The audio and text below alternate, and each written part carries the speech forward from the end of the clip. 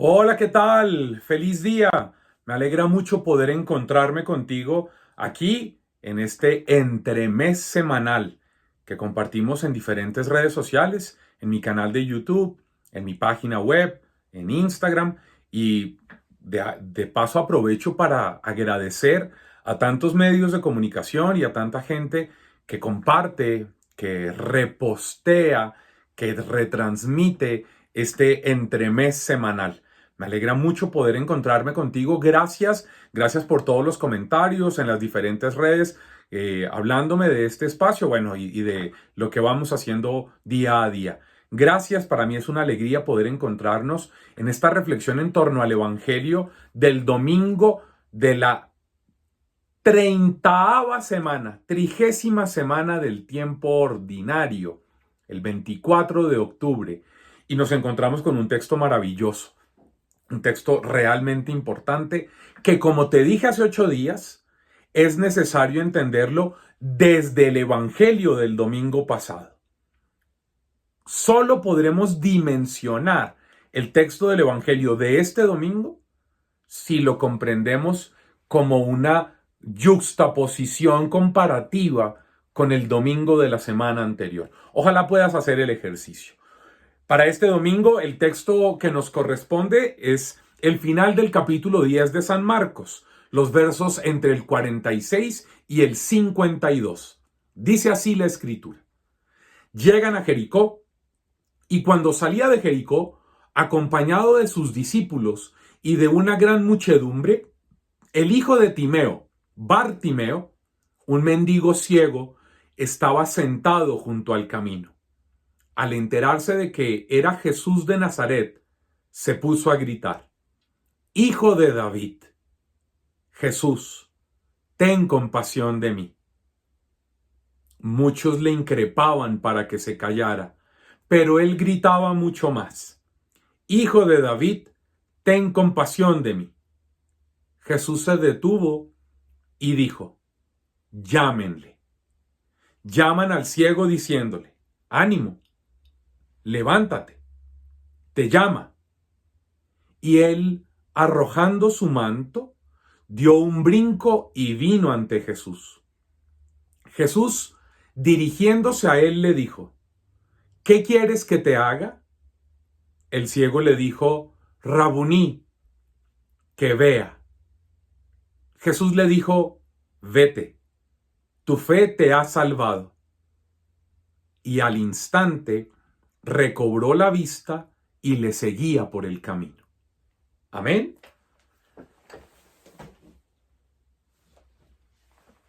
Bueno, nos encontramos con este texto conocido, el texto de Bartimeo. Un texto que tiene un montón de cosas que, bueno, en tan poquitos minutos no vamos a poder desarrollar, pero que yo creo que sí vamos a poder identificar. La primera cosa es ponerlo como en contexto. Jesús va en su camino, en este que hemos leído en estos domingos, el camino que lo lleva a Jerusalén. El camino de las decisiones sostenidas, dedicadas a pensar en cómo hacer para instaurar el reino de Dios en todos los estratos, las capas de la sociedad y las realidades que se viven en medio de ese entorno sociocultural, político, económico y religioso de su época. Para llegar a Jerusalén, Jesús ha partido desde Galilea en el norte, ha bajado y va ahora subiendo hacia Jerusalén y llega pues a la última estación, a Jericó. Y allí en Jericó, Jesús se encuentra con una situación que el evangelista nos plantea como el modelo propio del verdadero discipulado. Para mí esa es mi comprensión, hacia allá es hacia donde va mi mirada. No es un texto típico de milagro para mí. Si bien esta es como la última sanación descrita en el Evangelio de Marcos.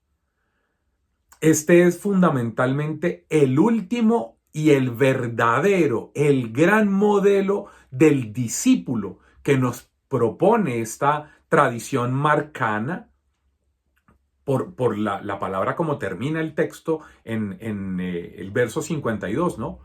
Y le seguía por el camino. Es decir, el enfoque, desde mi comprensión de lo que el narrador de Marcos propone, es el modelo, el paradigma del discipulado. Y por eso hay que leerlo en relación de antagonismo con lo que hemos visto en los evangelios de los domingos anteriores, especialmente con el de la semana pasada. Y es como los zebedeos que van caminando en el camino, que van andando, quieren sentarse en tronos. Que cuando Jesús les dice, ¿qué quieren ustedes que haga por ustedes? Ellos le piden poder, le piden mando, le piden que Jesús sea cómplice de sus mezquinos intereses personales, de dominación y de ascendencia sobre los demás. A lo cual, como lo vimos la semana pasada, Jesús diciendo, ustedes no saben lo que piden. Por otro lado aparece Bartimeo, que estaba sentado y termina de pie caminando, que es un mendigo, que es ciego, que tiene una única riqueza, que está fuera del camino, mientras que los zebedeos iban caminando a lo largo del camino y querían más riquezas, y querían más honores, y querían más prestigio. Aparece Bartimeo el ciego, que solo tiene una riqueza y que no está buscando ni títulos, ni dominio, ni cargos, ni prestigio, ni poder. Y que se entera que el camino de Jesús ahora se hace cercano a él.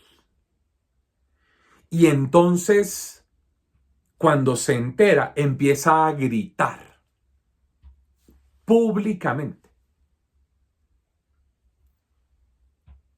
Hijo de David, Jesús.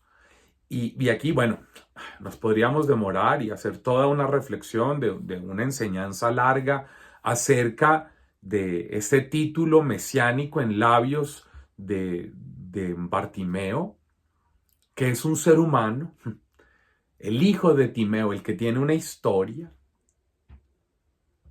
que es incapaz de autonomía, que vive de la mendicidad, que es, por supuesto, un marginado, un rechazado, un excluido, uno que, esta descripción es muy interesante del texto, está a la vera del camino, está al margen del camino, es decir, es uno que no tiene posibilidades de acceder al lugar de la salvación desde la comprensión rabínica del judaísmo. ¿Por qué? Pues no tiene las condiciones, porque la pobreza, la enfermedad, la mendicidad, pues para ellos era vista como un castigo de Dios. Y entonces, pues un castigado de Dios, ¿cómo va a acceder a la salvación? Es imposible. Y nos encontramos con que empieza a gritar, Hijo de David. Reconoce a Jesús como el Hijo de David, el Mesías que, de acuerdo a la profecía de Isaías, por allá en el capítulo tal vez 35, si mi memoria no me falla, ha dicho que el Mesías vendrá a darle vista a los ciegos, pero lo reconoce como Hijo de David. Es decir, la esperanza de un mesianismo diferente, mientras que los zebedeos tenían, y lo que representan los zebedeos en esa idea de los discípulos, de la estructura del establecimiento religioso cristiano, que querían tener un Mesías poderoso, con tronos, con corte, que entrara por la fuerza militarmente para echar fuera al imperio opresor romano.